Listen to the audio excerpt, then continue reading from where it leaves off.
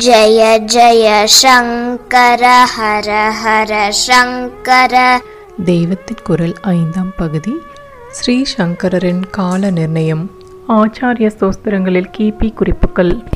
ஞான நூல்களான பாஷ்ய கிரந்தங்களில் இப்படியெல்லாம் internal evidence உட்சான்று காட்டுவது போலவே பக்தி நூல்களான ஸ்தோத்திரங்களிலும் ஒன்றிரண்டு காட்டுகிறார்கள். பொதுவாக ஞான மார்க்க ஆச்சாரியால் பக்தி ஸ்தோத்திரமே பண்ணியிருக்க மாட்டார். வேறே யாரோ பண்ணியதையெல்லாம் அவர் பேரில் ஏற்றி சொல்கிறார்கள் என்றுதான் இந்த ஆராய்ச்சியாளர்கள் சொல்வது வழக்கம்.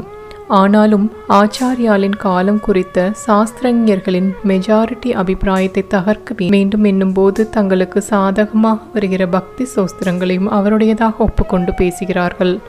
சௌந்தர்ய லகரியில் அம்பாளின் க்ஷீர மகிமையை சொல்லும்போது வெள்ளை வெளேர் என்று சரஸ்வதியே உன்னுடைய க்ஷீர ரூபத்தில் பெருகுகிறாள் என்று நினைக்கிறேன்.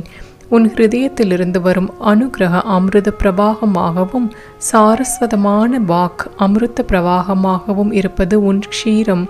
அதனால்தான் பரம தயையோடு நீ அதை ஒரு திராவிட சிசுவுக்கு, திராவிட தேச குழந்தைக்கு கொடுக்க அது கவிகளுக்கெல்லாம் கவியாக ஆனது என்கிறார் ஆச்சாரியால்.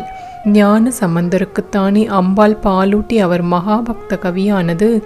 அவர் கிபி 7ஆம் நூற்றாண்டில் இருந்தவர் என்பதற்கு அழுத்தமான சான்றுகள் இருக்கின்றன. 7ஆம் நூற்றாண்டு ஆரம்பத்தில்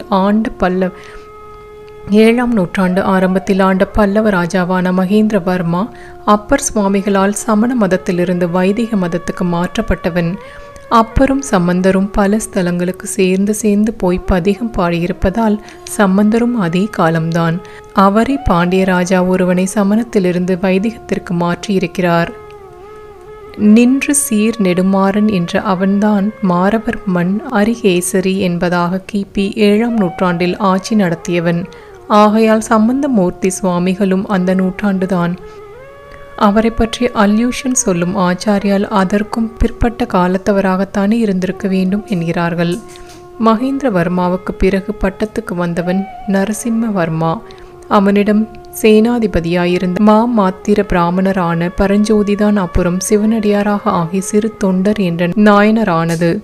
அவரை சோதிப்பதற்காக ஈஸ்வரனை வடதேசத்து பைரவ உபாசகர் ரூபத்தில் வந்து பிள்ளை கறி படைக்க சொன்னார்.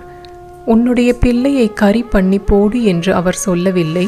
ஒரு வீட்டுக்கு ஒரு பிள்ளையாக உள்ள ஒரு நர பசுவை பாகம் பண்ணி போட்டால் அதைத்தான் நாம் சாப்பிடுவது. 6 மாசத்துக்கு ஒரு தரம்தான் நமக்கு சாப்பாடு. அது இந்த பிள்ளை கறிதான். இன்றைக்கு நாம் சாப்பிடும் தினம் என்று சொன்னார். உக்ர வழியில் ஆனாலும் சிவோபாசகராக இருக்கப்பட்ட ஒருவர் எங்கேயோ வடதேசத்திலிருந்து 6 மாசம் சாப்பிடாமல் இருந்து விட்டு இன்று நம் அகத்துக்கு வந்து இப்படி கேட்கிறார். நமக்கும் ஏகபுத்திரனே இருக்கிறான், அதனால் நாம் வேறே யாரோ பிள்ளையை பிடித்து வரப்போவானேன் என்று சிறு தொண்டர் நினைத்தார். நினைத்த அப்புறம் கொஞ்சங்கூட தயங்கவில்லை. அவருடைய பத்னி பிள்ளையை பெற்ற தாய் அவளும் தயங்கவில்லை.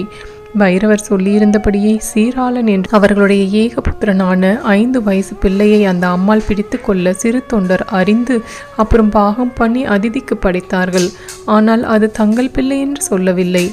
பைரவர் நாம் தனியாக சாப்பிடுவதில்லை, அதனால் கூட உட்கார்ந்து சாப்பிடுவதற்கு உன் புத்திரனை கூப்பிடும் என்றார். சுவாமியை நினைத்து கொண்டார் சிறு தொண்டர். உன் உபாசகர் இலையில் உட்கார்ந்து விட்டார், கூட சாப்பிட பிள்ளையை கூப்பிட சொல்கிறார். அவர் சொன்னபடி செய்ய வேண்டியது என் கடமை. கூப்பிடுகிறேன். அவர் கோபித்து கொண்டு எழுந்திருந்து போகாமல் சாப்பிட்டு பசியாறி போக பண்ணுவது உன் பொறுப்பு என்று பிரார்த்தித்துவிட்டு சீராளா வா என்று கூப்பிட்டார். உடனே நிஜமாகவே அந்த பிள்ளை ஓடி வந்தான். எல்லாம் சுவாமி ஆடிய நாடகம். புத்திர வாத்சல்யத்திற்கும் மேலே சிவனடியாரின் சேவையை உயிராக மதித்த பெரும் தொண்டர் இந்த சிறு தொண்டர் என்று காட்டவே சுவாமி ஆடிய நாடகம் என்று தெரிந்தது. புஜங்க பிரயாதம் என்பதாக அடிக்கு 12 அக்ஷரங்கள் கொண்டதாக உள்ள விருத்தத்தில் ஆச்சாரியால் செய்துள்ள அநேக சோஸ்திரங்களில் சிவபுஜங்கம் ஒன்று.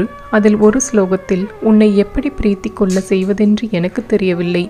எனக்கோ பிரித்தியாருக்கு துரோகம் செய்வதற்கு முடியவில்லை. நீயானால் கட்டின பெண்டாட்டிக்கும் பெற்ற பிள்ளைக்கும் பெற்றெடுத்த தகப்பனாருக்கும் துரோகம் செய்தவர்களுக்கு நான் பிரசன்னமாகி அனுகிரகம் பண்ணியிருக்கிறாய் என்று நிந்தாஸ்துதியாக வருகிறது. காந்தா துரோகி, சூத துரோகி, பித்ரு துரோகி என்று இதில் 3 நாயன்மார்களை குறிப்பிட்டிருக்கிறது. காந்தா துரோகி என்பவர் இயற்பகை நாயனார். ஈஸ்வரனே அடியார் வேஷத்தில் வந்து உன் பெண்டாட்டியை கொடு என்ற போது அப்படியே தத்தம் பண்ணியவர். இல்லையே எண்ணாத இயற்பகைக்கும் அடியேன் என்று சுந்தரமூர்த்தி சுவாமிகள் திருத்தொண்டர் தொகையில் சொல்கிறார். அப்புறம் அந்த கதையும் சிறு தொண்டர் சீராளன் கதை மாதிரியே சுவாமி விளையாடின சோதனை நாடகமாகி சந்தோஷமாகவே முடிகிறது. இயற்கை நாயனார் காவிரி பூம்பட்டினத்திலிருந்து வைச்சியர் என்பது தவிர அவருடைய காலம் முதலியவை நமக்கு தெரியவில்லை. அடுத்தாற்போல் சொன்ன சூத துரோகிதான் பிள்ளைக்கறி பண்ணி போட்ட சிறு தொண்டர். கிபி 7ஆம் நூற்றாண்டு மத்தியில் நரசிம்மவர்மா வாதாபி மேல் படையெடுத்து சாளுக்கிய ராஜாவை தோற்கடித்த போது இவர் சேனாதிபதியாக இருந்திருக்கிறார். அப்புறம் இவர் பெரிய சிவபக்தர் என்று நரசிம்மவர்மாவுக்கு தெரிந்து இவரை போய் சண்டையில் ஏவி கொண்டிருக்கிறோமே என்று வருத்தப்பட்டு இவரிடம் மன்னிப்பு கேட்டுக்கொண்டு மரியாதையுடன் ரிட்டையர் பண்ணி நிறைய சம்பாவனை கொடுத்து அவருடைய ஊரான திருச்செங்காட்டங்குடிக்கு அனுப்பி வைத்தான். அதற்கப்புறம் தான் அவருக்கு பிள்ளை பிறந்த கதையெல்லாம் நடந்தது. ஆகையால் சிறு தொண்டரின் காலமான 7ஆம் நூற்றாண்டின் பின்பாதிக்கு முன்னால் ஆச்சாரியாலின் அவதாரம் ஏற்பட்டிருப்பதற்கில்லை என்கிறார்கள். பித்ரு துரோகி என்றது சண்டிகேஸ்வரரை அவர் பண்ணி வந்த சிவபூஜையில் பாலை குடம் குடமாக அபிஷேகம் செய்கிறாரே என்று அவருடைய பித்தா ஆத்திரப்பட்டார். ஆத்திரத்தில் பால் குடத்தை காலால் உதைக்க வந்தார். உடனே அவருடைய காலையை சண்டிகேஸ்வரர் வெட்டினார். பரமசிவன் பிரத்யக்ஷமாகி இனிமேல் நானே உன் பித்தா என்றார். அதுவரை விசார சர்மா என்ற பெயரில் இருந்து வந்த அந்த பிராமண இளைஞருக்கு சண்டிகேஸ்வரர் என்பதாக அப்போதுதான் பெயர் கொடுத்து சிவனடியார்களுக்கு எல்லாம் தலைவராக்கி தம் முடிமேல் இருந்த கொன்றை மாலையை எடுத்து சுவாமியே அவருக்கு சூட்டினார் என்ற கதை. பஞ்சமூர்த்திகளில் ஒருவராகவே சிவ குடும்பத்தில் இடம்பெற்றுவிட்டவர் சண்டிகேஸ்வரர். அவருடைய கதை எத்தனையோ யுகங்களுக்கு முற்பட்டது. அதனால் ஆச்சாரியால் கிமு 6ஆம் நூற்றாண்டு என்பதற்கு இந்த ரெஃபரன்ஸ் ஆக்ஷேபமாகாது. ஆக்ஷேபம் அவர் சிறு தொண்டரை குறிப்பிட்டிருப்பதற்குத்தான். 2 ராஜாக்களை வைத்து இன்னும் 2 ஆக்ஷேபம் சொல்கிறார்கள். ஜெய ஜெய சங்கர ஹர ஹர சங்கர.